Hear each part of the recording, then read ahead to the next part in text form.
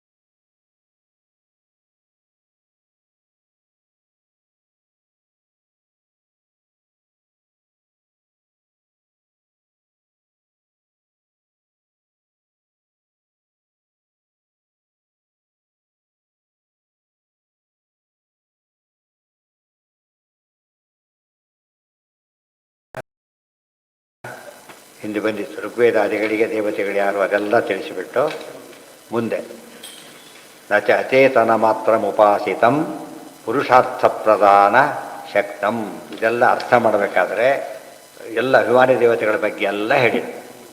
ಯಾಕೆ ಹಾಗೆ ತಿಳ್ಕೋಬೇಕು ಅಂತ ಪ್ರಶ್ನೆ ಬಂತು. ಯಾಕೆ ತಿಳ್ಕೋಬೇಕು ಅಂತ ಪ್ರಶ್ನೆ. ಅದಷ್ಟೇ ತಿಳ್ಕೊಂಡ್ರೆ ಸಾಲ್ದ?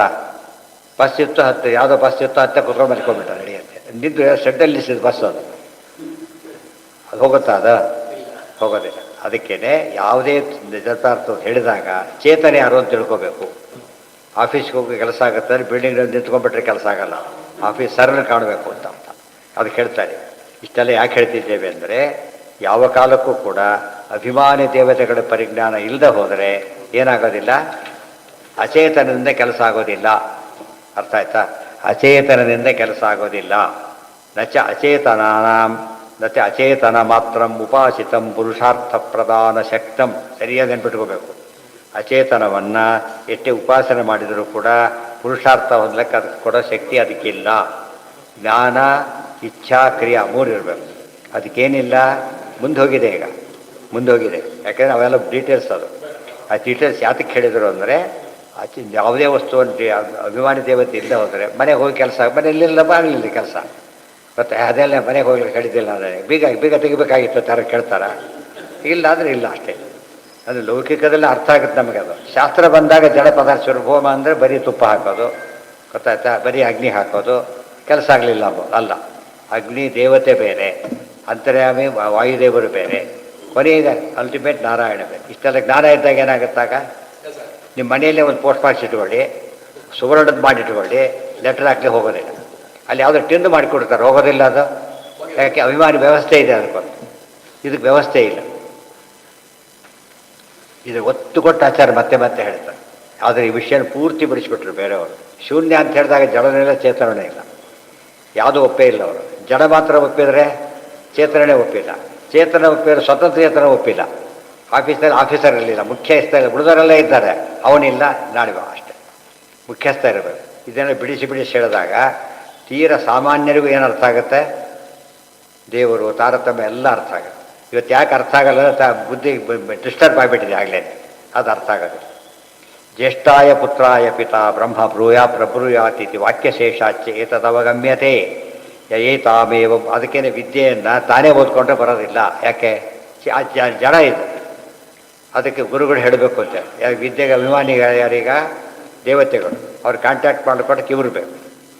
ಅದಕ್ಕಾಗಿ ಜ್ಯೇಷ್ಠಾಯ ಪುತ್ರಾಯ ಪಿತಾ ಬ್ರಹ್ಮ ಪ್ರಬ್ರೂಯಾತಿಥಿ ವಾಕ್ಯಶೇಷಾಚ್ಯ ಏತದವಗಮ್ಯತೆ. ಜ್ಯೇಷ್ಠ ಪುತ್ರರಿಗೆ ಮನೆಯಲ್ಲಿ ಕನಿಷ್ಠ ಇಬ್ಬರು ಮಕ್ಕಳಿರಬೇಕು ಅಂತ ಹೇಳ್ತಾರೆ. ಒಬ್ಬನ ಯಾತಕ್ಕೆ? ಶಾಸ್ತ್ರಾಧ್ಯಯನ ಇತ್ಯಾದಿ ಮಾಡಿ ಒಬ್ಬ, ಇನ್ನೊಬ್ಬ ಮನೆಯೆಲ್ಲ ನೋಡ್ಕೊಳ್ಳೋಕ್ಕೋಸ್ಕರ. ಆಫೀಸ್ನಲ್ಲಿ ಎರಡು ಇರುತ್ತೆ, ಟೀಚಿಂಗ್ ಸ್ಟಾಫ್ ಒಂದು, ವರ್ಕ್ ಆಫೀಸ್ ಸ್ಟಾಫ್ ಇರುತ್ತಲ್ಲ, ಹಾಗೆ ಎರಡು ಕೆಲಸ ಮಾಡಬೇಕು. ಎಲ್ಲ ಇವರೇ ಅದನ್ನು ಮಾಡ್ತಾ ಕುತ್ಕೊಂಡ್ಬಿಟ್ರೆ ಇದು ಮಾಡೋದು. ಅದಕ್ಕೆ ಇಬ್ಬರು ಇರಬೇಕು, ಕನಿಷ್ಠ ಇಬ್ಬರು ಇರಬೇಕು. ಅದಕ್ಕೆ ರಾಯರಿಗೆ ಒಬ್ಬ ಮಗ, ಇವ್ರಿಗೆ ಒಬ್ಬ ಮಗ ಇದ್ದರು, ಮಣ್ಣು ಬಟ್ಟೆ ಇದ್ದರೂ ಕೂಡ ಒಬ್ಬ ಮಗ ಇನ್ನೊಬ್ಬ ಮಗ ಬೇಕು ಅಂತ ಹೊರಟಿದ್ದಕ್ಕೆ ರಾಯರು ಬಂತಾರೆ. ಈ ಕಾನ್ಸೆಪ್ಟ್ ಇದೆ ಹಿಂದ್ಗಡೆಗೆ. ಒಬ್ಬನಿಗೆ ಹೆವಿ ಆಗುತ್ತೆ ಅಂತ ಅರ್ಥ. ಒಬ್ಬನಿಗೆ ಕೆಲಸ ಮಾಡಲಿಕ್ಕೆ ಎರಡೂ ಕಷ್ಟ, ಅದಕ್ಕೋಸ್ಕರ ಹೇಳಬೇಕು. ಅಂದರೆ ಜ್ಯೇಷ್ಠ ಪುತ್ರರಿಗೆ ಅಷ್ಟೇ ಹೇಳಬೇಕು ಅಂತ ಅರ್ಥ ಅಲ್ಲ. ಇವ್ರಿಗೆ ಹೆಚ್ಚು ಹೇಳಬೇಕು, ಅವ್ರಿಗೆ ಕಡಿಮೆ ಹೇಳಬೇಕು. ಇಬ್ಬರು ಕ್ವಾಲಿಫೈಡೇ, ಇಬ್ಬರು ನಿರಕ್ಷರಗಳೇನಲ್ಲ. ಅದು ಹೆಚ್ಚು ಪ್ರಾಧಾನ್ಯ ಯಾರಿಗೆ? ಇವತ್ತು ಯತಿಗಳಿದ್ದಾರೆ, ಅವ್ರು ಯಾತಕ್ಕೆ ಹೆಚ್ಚು ಜ್ಞಾನ ಕೊಟ್ಟವರು? ಕಸ್ಟೋಡಿಯನ್ಸ್ ಇದ್ದೆ, ಪಿಟಾಜಿ ಕಸ್ಟೋಡಿಯನ್ಸ್ ಇದ್ದಾಗ ಕನ್ಸರ್ನ್ಡ್ ಅವರು. ಜ್ಞಾನದ ಬಗ್ಗೆ ಏನೋ ಲೋಪ ಬಂದರೆ ತಕ್ಷಣ ಯಾರನ್ನು ಕೇಳಬೇಕು? ಅವ್ರು ವ್ಯವಸ್ಥೆ ಮಾಡಿಕೊಡೋದು. ಯಾವುದೋ ಊರಿಗೆ ಹೋದರು ಸ್ವಾಮಿಗಳು ಅಂತ ತಿಳ್ಕೊಬೇಡ, ಅಲ್ಲಿ ಯಾರು ಇಲ್ಲೇ ಇಲ್ಲ, ಎಲ್ಲ ಕೇಳಬೇಕು ಹೇಗಾಗಿದೆ ಸ್ವಾಮಿ ಅಂತ ಹೇಳಿದರೆ ಅವರೇ ಪಾಠ ಹೇಳಬೇಕು ಅಂತಿಲ್ಲ, ಏರ್ಪಾటు ಮಾಡಿದರೆ ಮುಗಿದೋಗುತ್ತೆ ಅಷ್ಟೆ. ಆ ಯೋಚನೆ ಮಾಡೋದು. ಹೋದಾಗ ಇದ್ದಾರೆ ಅಂತ ಕೇಳೋದೇ ಇಲ್ಲ ಫಸ್ಟು. ಇವ್ರದ್ದು ಯಾರು ಪಂಡಿತರಿದ್ದಾರೆ, ಎಷ್ಟು ಜನ ಇದ್ದಾರೆ, ನೀವೆಷ್ಟು ಜನ ಇದ್ದೀರಿ, ಗೊತ್ತಾಯ್ತಾ? ಹೋಗ್ಲಿಕ್ಕೆ ಎಷ್ಟು ಜನ ಬರ್ಬೋದು, ನೀವು ಬಂದರೆ ಅವ್ರು ಮೇಂಟೈನ್ ಹ್ಯಾಂಗೆ ಎಲ್ಲ ಕೇಳ್ಕೊಂಡ್ಬಿಟ್ಟು ಗೊತ್ತಾಯ್ತಾ ಏರ್ಪಾಡು ಮಾಡ್ತೇವೆ.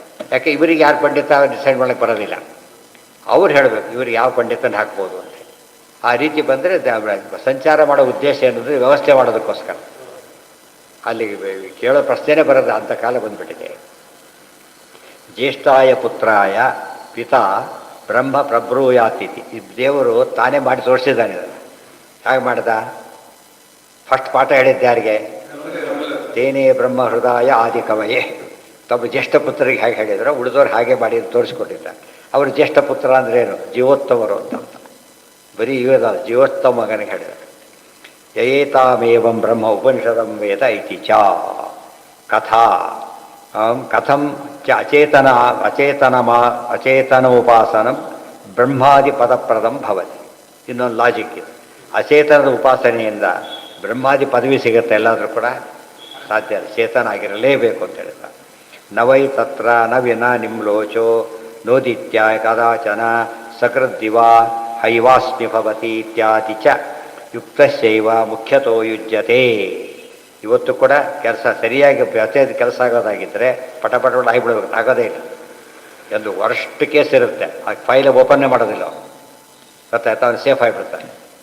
ಇನ್ನೊಬ್ಬ ಸಣ್ಣ ಕೇಸ್ 10 ರೂಪಾಯಿ ಹೆಚ್ಚು ತೊಗೊಂಡಿರ್ತಾರೆ ಅಷ್ಟೇ, ಅವ್ರು ಡಿಸ್ಟ್ರಿಕ್ಸ್ ಬಿಡ್ತಾರೆ. ಬೇಕಾದ್ರೆ ಕೋಟಿ ತೊಗೊಂಡವ್ರು ಸೇಫ್ ಇರ್ತಾರೆ, ಯಾಕಂದ್ರೆ ಅವ್ರಿಗೆ ವರ್ಕ್ ಮಾಡ್ತಾ ಇಲ್ಲ, ಅಲ್ಲ ಚೇತನಿಗೆ ಮನಸ್ಸಿಲ್ಲ.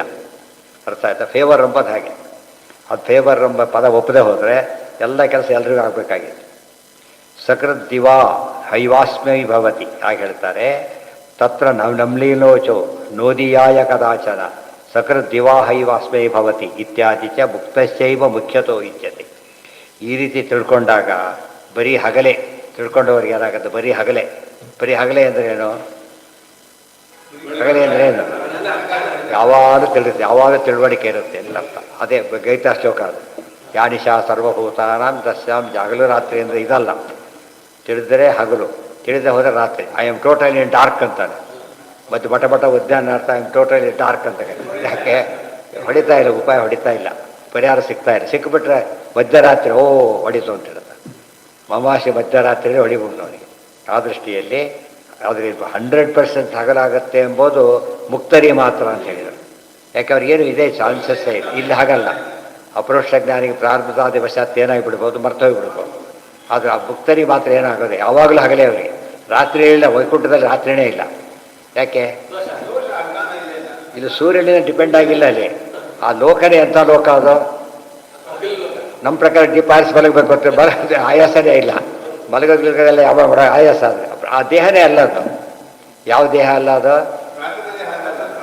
ಇದು ಯಾವ ಡಿಫೆಕ್ಟು ಅದಕ್ಕೆ ಹಾಕ್ಲಿಕ್ಕೆ ಹೋಗ್ಬಾರ್ದು. ನಿದ್ರೆ ಮಾಡಿ ಬರುತ್ತಾ, ಔಷಧಿಗೆ ಏನು ಮಾಡ್ತೀರಿ, ಕೆಲವರು ಏನೋ ಹುಚ್ಚುಚ್ಚು ಪ್ರಶ್ನೆ ಕೇಳ್ತಿರ್ತಾರೆ. ಅಲ್ಲಿ ಏನು ವ್ಯವಸ್ಥೆ ಇರುತ್ತೆ, ತಿಳ್ಕೊಳ್ಳೋಕ್ಕೆ ವ್ಯವಸ್ಥೆ ಆಗಿರುತ್ತೆ. ಅದು ಪ್ರಶ್ನೆನೇ ಇಲ್ಲ. ಅದು ಫ್ರೀ ಫ್ರಮ್ ಆಲ್ ಥಿಂಗ್, ಯಾವುದು ವರಿಸೋ ಅವರಿಗಿಲ್ಲ. ಆದ್ದರಿಂದ ನತತ್ರ ನಿಮ್ಮಳು ಆದಿತ್ಯ ಏನದು ನೋದಿಯಾಯ ಎಂದು ಕಪ್ಪೆ ಸಂಶೆಯಲ್ಲಿಲ್ಲ. ಇತ್ಯಾದಿ ಚ ಮುಕ್ತಶೈವ ಮುಖ್ಯತೋ ಯುಜ್ಯತೆ. ಇದೆಲ್ಲ ತಿಳ್ಕೊಂಡ್ರೆ ನಮಗೆ ಹೆಚ್ಚು ಜ್ಞಾನ ಬಂದು ಸುಖವಾಗಿರ್ತೇವೆ ಅಂತ ಅರ್ಥನೇ ಹೊರತು ಇಲ್ಲೇ ಮುಕ್ತಿ ಆಗುತ್ತೆ ಅಂತ ಅರ್ಥ ಅಲ್ಲ. ಮುಕ್ತಿ ಆಗ್ಬೇಕಾದ್ರೆ ಅಲ್ಲಿ ಹೋಗಲೇಬೇಕು. ಅದಕ್ಕೆ ಹೋಗೋದು ಅಂದರೆ ಏನರ್ಥ? ಲಿಂಗಭಂಗ ಆಗಬೇಕು, ಉಳಿದವ್ರಿಗೆ ಎಂಟ್ರಿ ಇಲ್ಲ. ಅಲ್ಲಿ 100% ಆಗುತ್ತೆ ಜ್ಞಾನ ಇರೋದರಿಂದ. ಯಶಸ್ತೇಜ ಇಂದ್ರಿಯ ವೀರ್ಯಾನ್ನಾದ್ಯ ರಸತ್ವಂ ಚ ಭಗವಂತಂ ವಿನಾ ಕಸ್ಯ ಮುಖ್ಯತೋ ವಿಜ್ಯತೆ. ಯಶಃ ತೇಜ ಇಂದ್ರಿಯ ವೀರ್ಯ ಅನ್ನಾದಿ ರಸತ್ವ ಇವೆಲ್ಲ ಮುಖ್ಯವಾಗಿರ್ತಕ್ಕಂಥದ್ದು ಯಾರಿಗೆ ಅಂದರೆ ಭಗವಂತನಿಗೆ ಮಾತ್ರ. ಅಬ್ಸಲ್ಯೂಟ್ ಸೆನ್ಸ್ನಲ್ಲಿ ಏನಾದ್ರು ಇದೆ ಅಂದರೆ ದೇವರಿಗೆ ಮಾತ್ರ, ಉಳಿದವ್ರಿಗೆ ಅಪ್ಲಿಕಬಲ್ ಅಲ್ಲ. ಅಬ್ಸಲ್ಯೂಟ್ ಬ್ಲಿಸ್ ಕೂಡ ಹಾಗೆ. ಅಬ್ಸಲ್ಯೂಟ್ ಬ್ಲಿಸ್ ಅಂದ್ರೇನು? ಅದಕ್ಕೆ ಲಿಮಿಟ್ ಯಾವುದೇ ಆಗಲ್ಲೂ ಇಲ್ಲ. ಅಂಥದ್ದು ಇವರಿಗೆಲ್ಲ ಮುಕ್ತರಿಗೆ ಪೂರ್ಣ ಆನಂದ ಇದ್ರೆ ಲಿಮಿಟ್ ಇದೆ, ಬೇರೆಯವ್ರಿಗೆ ಜಾಸ್ತಿ ಇದೆ ಆನಂದ. ಆದರೆ ದೇವರಿಗೆ ಅಬ್ಸಲ್ಯೂಟ್ ಅಂದರೆ ಮತ್ತೆ ಮಾತಾಡಲಿಕ್ಕೆ ಬರೋದಿಲ್ಲ, ಆ ರೀತಿ ಇರುತ್ತೆ. ಅದು ಆ ವಿಷಯ ಬಂತು ಅಂದರೆ ದೇವರ ವಿಷಯ ಅಂತ ಅರ್ಥ. ಯಶ್ಯ ನಾಮ ಮಹದ್ಯಶಃ ತಸ್ಯ ನಾಮ ಮಹದ್ಯಶಃ ಭಾಗ್ಯಯೋಶ್ಚೈವ ಷಣ್ಣಾಂ ಭಗ ಇತೀರಣ ಇತಿ. ಅಲ್ಲಿ ನೋಡಿ ಆಚಾರ್ಯ ಫುಲ್ ಕೋಟ್ ಮಾಡಿರೋ ವಾಕ್ಯ. ಬೇರೆ ಕಡೆಗೆಲ್ಲ ಪೂರ್ತಿ ಕೋಟ್ ಮಾಡೋದು ಕೆಲಸ ಅಲ್ಲ. ಐಶ್ವರ್ಯ ಸಮಗ್ರಸ್ಯ ಇತಿ ವಚನ ತಂದುಬಿಡ್ತಾರೆ, ಪೂರ್ತಿ ಕೋಟ್ ಮಾಡಿದ್ದಾರೆ. ಅಲ್ಲೊಂದು ಸ್ವಾರಸ್ಯ ಇದೆ, ಸರಿ ಉಪಯೋಗ ಮಾಡಿದರೆ ಅನುಕೂಲ ಆಗುತ್ತೆ. ಐಶ್ವರ್ಯಸ್ಯ ಸಮಗ್ರಸ್ಯ ವೀರ್ಯಸ್ಯ ಯಶಸ್ಸಃ ಶ್ರಿಯ ಇವೆಲ್ಲ ಸರಿ, ಕಾಮನ್, ಎಲ್ಲದೂ ಕಾಮನ್ ಇದೆ. ಎರಡರಲ್ಲಿ ಸ್ವಲ್ಪ ವ್ಯತ್ಯಾಸ ಇದೆ ಕೆಲವು ಕಡೆಗೆ. ಜ್ಞಾನ ವೈರಾಗ್ಯಯೋಶ್ಚೈವ ಷಣ್ಣಾಂ ಭಗ ಇತೀರಣ. ಜ್ಞಾನ ವಿಜ್ಞಾನ ಯೋಶ್ಚೆ ಅಂತ ಒಂದು ಪಾಠ, ಜ್ಞಾನ ವೈರಾಗ್ಯ ಅಂತ ಒಂದು ಪಾಠ. ಆಚಾರ್ಯ ಏನು ಮಾಡಿದ್ದಾರೆ ಇಲ್ಲಿ? ವೈರಾಗ್ಯ ಅಂತ ಕೋಟ್ ಮಾಡಿರೋದ್ರಿಂದ ವೈರಾಗ್ಯ ಪಾಠನೇ ಸರಿ. ಆಶ್ಚರ್ಯ, ಅದಕ್ಕೊಂದು ಪಾಠ ಅಂತಾರೆ ಮತ್ತೆ, ಜ್ಞಾನ ವಿಜ್ಞಾನ ಯೋಶ್ಚೆ ಇವ, ಗೊತ್ತಾಯ್ತಾ? ಅದಕ್ಕೆ ಆಚೆ ಇನ್ನೊಂದು ಕಡೆ ಕೋಟ್ ಮಾಡಿದ್ರು ವೈರಾಗ್ಯ ಅಂತಲೇ ಕೋಟ್ ಮಾಡಿದ್ದಾರೆ ಮತ್ತೊಂದು ಕಡೆಗೆ. ಅಲ್ಲಿ ಪಾಠಾಂತರ ಹಾಕಿಲ್ಲ ಯಾರು. ದೇರ್ಫ್ ಅಲ್ಟಿಮೇಟ್ ಪಾಠ ಯಾವುದಾಯ್ತು ಈಗ? ವೈರಾಗ್ಯನೇ. ಜ್ಞಾನ ವಿಜ್ಞಾನ ಅಂದರೆ ಜ್ಞಾನದ ವಿಶೇಷ ವಿಜ್ಞಾನ ಆಯ್ತು ಅಷ್ಟೇ. ವೈರಾಗ್ಯ ಒಂದು ಬೇರೆದಾಯ್ತು, ಆದ್ದರಿಂದ ಪ್ಲಸ್ ಪಾಯಿಂಟ್ ಜಾಸ್ತಿ ಆಯಿತು. ಅರ್ಥ ಆಯ್ತಾ? ಜ್ಞಾನ ವಿಜ್ಞಾನದಲ್ಲಿ ಒಂದು ಕಾಮನ್ ಇದೆ, ಜ್ಞಾನ ಅಂಬೋದು. ವೈರಾಗ್ಯ ಡಿಫರೆಂಟ್ ಇದೆ. ಆದ್ದರಿಂದ ಆಗಬೇಕಾದ್ರೆ ಏನು ಆಗಬೇಕು? ಬೇರೆ ಆದರೆ ಒಳ್ಳೆಯದು. ಆ ದೃಷ್ಟಿಯಲ್ಲಿ ಈ ಪಾಠ ಸರಿ ಅಂತ ಗೊತ್ತಾಗುತ್ತೆ. ಆ ಥರ ಬೇರೆ ಕಡೆ ಹಾಕಿ ಕೋಟ್ ಮಾಡಿರೋದ್ರಿಂದ ನಮಗೆ ಸಮಸ್ಯೆ ಬರೋದಿಲ್ಲ. ಇಲ್ಲಿ ನೋಡಿ, ಇಲ್ಲೇ ಬರುತ್ತೋ, ಇಲ್ಲೇ ಉತ್ತರ ಇದೆ ನೋಡಿ. ರಸೋ ವಯಸ್ಸಃ ರಸೋ ವಯಸ್ಸಃ ಸುಖಾತ್ಮಕಂ, ಸರಿಯಾಗಿ ಓದಿಯ ವಾಕ್ಯನ. ಸುಖಾತ್ಮಕಂ ಷಡ್ಗುಣ ವಿಗ್ರಹಂ ಪರಂ ಹೃದಯ ಸ್ಥಿತಂ ಬ್ರಹ್ಮ ನಿರಂಜನಂ ಸ್ವರೂಪ್ ಪರಮಾತ್ಮ ಆಗಿದ್ದಾನೆ. ಮುಂದೆ ನೋಡಿ ಆಚಾರ್ಯ ಮಾತು. ಐಶ್ವರ್ಯ ವೈರಾಗ್ಯ ಯಶೋ ಆಮೇಲೆ ವಿಬೋಧ ವೀರ್ಯ ಶ್ರಿಯ ಪೂರ್ಣಮಹಂ ಪ್ರಪಂಚ. ಇಲ್ಲಿ ಪಾಠಾಂತರಲ್ಲೇ ಇದಕ್ಕೆ. ಆದ್ದರಿಂದ ಏನು ಫೈನಲ್ ಆಯ್ತು ಈಗ? ವೈರಾಗ್ಯ ಬಂದರೆ ಫೈನಲ್. ಇದು ಗೊತ್ತಾಗಿಬಿಟ್ರೆ ಆಚಾರ್ಯ ಎಲ್ಲೆಲ್ಲಿ ಕೋಟ್ ಮಾಡಿದ್ದಾರೋ ಅಲ್ಲೆಲ್ಲ ವೈರಾಗ್ಯ ಎಂಬ ಪಾಠ ಸರಿ ಹೋಗುತ್ತೆ. ಇಲ್ಲಿ ಪಾಠಾಂತರ ಹಾಕಿದರೆ ಮತ್ತೆ ಗೊಂದಲ ಬಂದುಬಿಡೋದು. ಇಲ್ಲಿ ಪಾಠಾಂತರ ಹಾಕಿಲ್ಲ, ಆದ್ದರಿಂದ ವೈರಾಗ್ಯನೇ ಫೈನಲ್. ಇದನ್ನು ಯಾರು ಮಾಡಬೇಕು ಈ ಕೆಲಸನ? ಪ್ರಿಂಟ್ ಮಾಡಿಸೋಕೆ ಮಾಡಬೇಕು ಕೆಲಸ. ಓದೋರಿಗೆ ಅವೆಲ್ಲ ಜವಾಬ್ದಾರಿ ಇಲ್ಲ, ಪ್ರಿಂಟ್ ಮಾಡಿಸಿದ್ರೆ ಓದ್ತಾರೆ ಅಷ್ಟೇ ಅವರು. ಅದೆಲ್ಲ ಗೊತ್ತಾದಾಗ ಭಾರಿ ಮಹತ್ವ ಗೊತ್ತಾಗತ್ತೆ. ಐಶ್ವರ್ಯ ವೈರಾಗ್ಯ, ಅಲ್ಲೂ ಕೂಡ ವಿಜ್ಞಾನ ಪಾದ ಅಂತ ಹೆಸರಿಟ್ಟಿಲ್ಲ ಅದಕ್ಕೆ. ಜ್ಞಾನಪಾದ ವಿಜ್ಞಾನ ಪಾದ ಇಟ್ಬಿಟ್ಟಿದ್ರೆ ಸರಿ ಹೋಗ್ತೀವಿ. ಇಲ್ಲ, ಇದು ವೈರಾಗ್ಯ ಇಟ್ಟಿರೋದ್ರಿಂದ ಬ್ರಹ್ಮಸೂತ್ರಕ್ಕೂ ಟ್ಯಾಲಿ ಆಗುತ್ತೆ. ಐಶ್ವರ್ಯ ವೈರಾಗ್ಯ ಯಶೋ ವಿಬೋಧ ವೀರ್ಯ ಶ್ರೀಯ 6 ಇದೆ ಇದರಲ್ಲಿ. ಐಶ್ವರ್ಯ ವೈರಾಗ್ಯ ಯಶಸ್ಸು ವಿಬೋಧ ಅಂದರೆ ಜ್ಞಾನ, ವೀರ್ಯ ಶ್ರೀ ಕರೆಕ್ಟ್ ಬಂದಿದೆ. ಐಶ್ವರ್ಯಸ ಸಮಗ್ರಸ್ಯ ವೀರ್ಯಸ ಯಶಸ್ಸ ಶ್ರೀ ಆಗಿದೆ. ಆ ಸಮಸ್ಯೆ ವಿಜ್ಞಾನ. ವಿಬೋಧ ಅಂದರೆ ಅಲ್ಲ, ಜ್ಞಾನ ಬಂದುಬಿಟ್ಟಿದೆ, ಅವಾಗ 7 ಆಗಿಬಿಡುತ್ತೆ. ವಿಬೋಧ ಅಂದರೆ ಜ್ಞಾನ ವಿಷಯ, ಜ್ಞಾನ ವಿಜ್ಞಾನ ಎರಡು ಒಂದೇ ಆಗಲ್ಲ. ಐಶ್ವರ್ಯ ಬೇರೆ ಹೇಳಿದ್ದಾರೆ, ಆದ್ದರಿಂದ ವೈರಾಗ್ಯ ಬೇರೆ ಹೇಳಿದ್ದರಿಂದ ಆಗ ಚಾನ್ಸ್ ಇಲ್ಲ. ಇತಿ ಅಹಂ ಪ್ರಪದ್ಯೆ ಒಂದು ಶ್ಲೋಕ ಕೊಟ್ಟ. ಅಹಂ ತತ್ತೇಜೋ ರಶ್ಮೀನ್ ನಾರಾಯಣಂ ಪುರುಷಂ ಇತ್ಯಾದಿಶ್ಚ ಧ್ಯೇಯಸ್ಸದಾ ಸವಿತೃಮಂಡಲ ಮಧ್ಯವರ್ತಿ ನಾರಾಯಣ. ಗಾಯತ್ರಿ ಮಂತ್ರನು ಧ್ಯಾನ ಶ್ಲೋಕ ಕೋಟ್ ಮಾಡಿದ್ದಾರೆ. ಅವೆಲ್ಲ ನಾಳೆ ದಿವಸ ಮುಂದಿನ ಭಾಗ ಮತ್ತೆ. ಸರ್ವೇಂದ್ರಿಯ ಪ್ರೇರಕೇಣ ಶ್ರೀಪ್ರಾಣಪತಿನೇರಿತಃ ಯದವೋಚಮಹಂ ತೇನ ಪ್ರಿಯತಾಂ ಕಮಲಾ